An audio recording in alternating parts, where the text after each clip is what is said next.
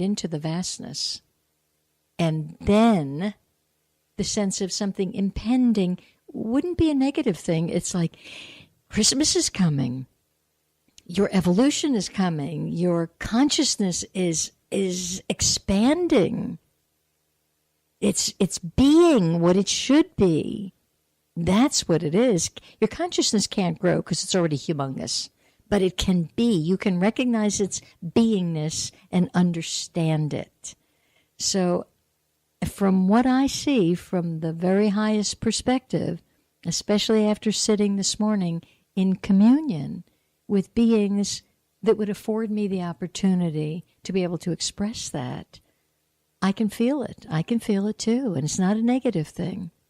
Although I will tell you, some people will consider it very, very frightening because they will leave their body. But that does not mean they've died. Once again, go see A Dog's Purpose. I think we need to have a great big field trip. And whoever these people were that made this film, I think we should all get together and have a wonderful time of it because it was just such a great thing. All right, so we've got this week coming up on Friday, we've got a full moon, and it is a lunar eclipse. So eclipses always bring, a greater influx of energy, and this full moon is in Leo.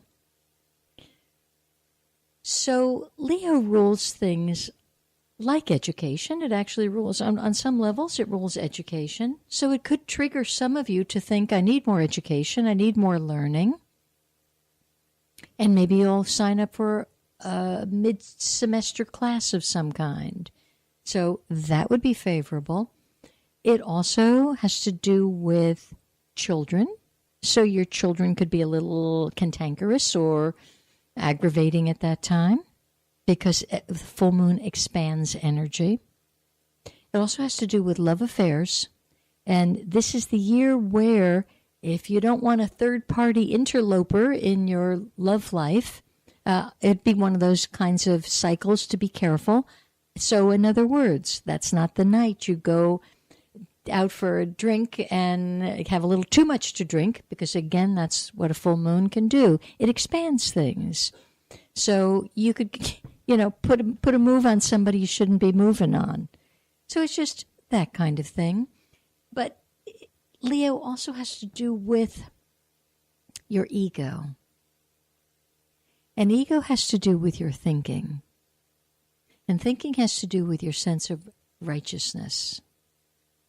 And if, that righteousness brings contention, where I'm right, okay, you're right, you won, W-O-N. But unfortunately, then we are no longer O-N-E. And that's what righteousness does on the downside. Righteousness actually is right use of. But of course, the word's been distorted as well on this planet. So in your thinking, as you drop it more and more, the ego naturally goes away. And what are you going to replace the dropping with? Dropping, remember, the essence of consciousness is who you are. And the essence of consciousness is who I am. Therefore, we should be able to work this out. And I respect whatever it is you need to do. I can see where it could get you in trouble. And you may or may not respect my seeing it. You may not want me to see it, or you may not want me to comment on it. And that's okay too. That on my part is learning discernment. It's called quiet. They don't need to know. And more often in life now, I'm finding with what I see, there's nothing to say about it. Even though I can see full on, it's going to harm them. There's nothing to say. So in the full moon, what are the four signs always that are kind of squaring each other that would also be up for grabs? So those of you who are Leo, Leo rising, and your moon in Leo, lots of stuff there for you this actually Thursday and Friday, because the day prior to any full moon is really the thrust of energy coming at you. It's like the aperture of a camera. That aperture is wide open. And some people have more difficult time the day before the full moon. And by the time it finally gets here, it's like they're burnt out. It's like, who cares? Okay, full moon. But opposite Leo is the sign of the month we're in, which is Aquarius. And Aquarius and Leo are what are called fixed signs. They're resistant, they're stubborn. And then the other two signs that form the whole square effect here are Scorpio and Taurus. And these are the four fixed signs of the zodiac. So wherever, look, if you are a sun sign of any of those four signs, so it's Leo and Aquarius and Scorpio and Taurus, okay, if you're any of those as your sun sign or your moon or rising, you'll take the bulk of the hit of it. Over the weekend, I was with a lovely woman in her home doing some feng shui, and it was so interesting because she's been to, she had lived in California, and she just could poke fun at herself. It was wonderful. She's like, I did everything you're supposed to do in California.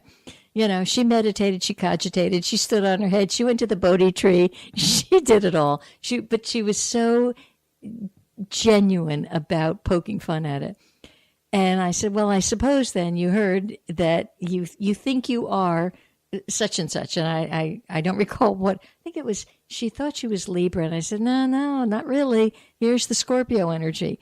It was such an eye-opener. I thought she was going to fall off the chair. So you see, it's in all of this stuff is in us. And the bottom line is, look to your resistance. Look to where you are being too bullheaded, like the Taurus, too stiff-necked, too resistant, too demanding, too manipulating. The Scorpio energy is manipulating. So look, what I'm going to be doing is look to how am I allowing myself to be manipulated? And it's very easy. We're allowing manipulation. Every time you turn on the television, you're being manipulated. Every time you buy into something that you think you must have, you're being manipulated. So it's a very powerful time and a very productive time. Use it well, use it wisely, know what's coming at you.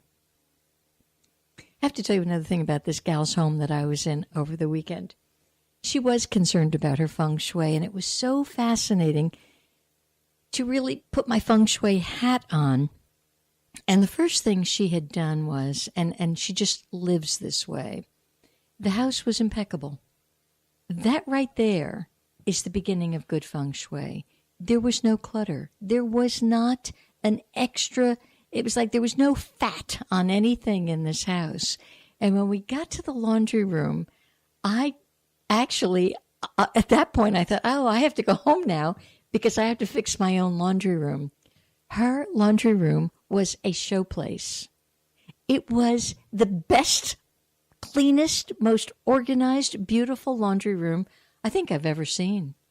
And this house was not a $1 million home. It was a lovely, gracious, normal home. And she had the presence of mind, and she really didn't know feng shui. But the interesting thing is her laundry room in this particular space was in the center of the house. And I thought, this kid's got to have great digestion. And looking at her, you knew her health was good. Her physique was strong. She had energy. And I could see instantly, yes, she does eat well and wisely, but she's feeding her home properly also. So it's so cool to see it. And for those of you who know a little bit about feng shui, the sitting position in this house was reversed. The front of the place, which would normally be the front, was actually the back. And making it that way, it was one of her 4 lucky directions. So very interesting to see.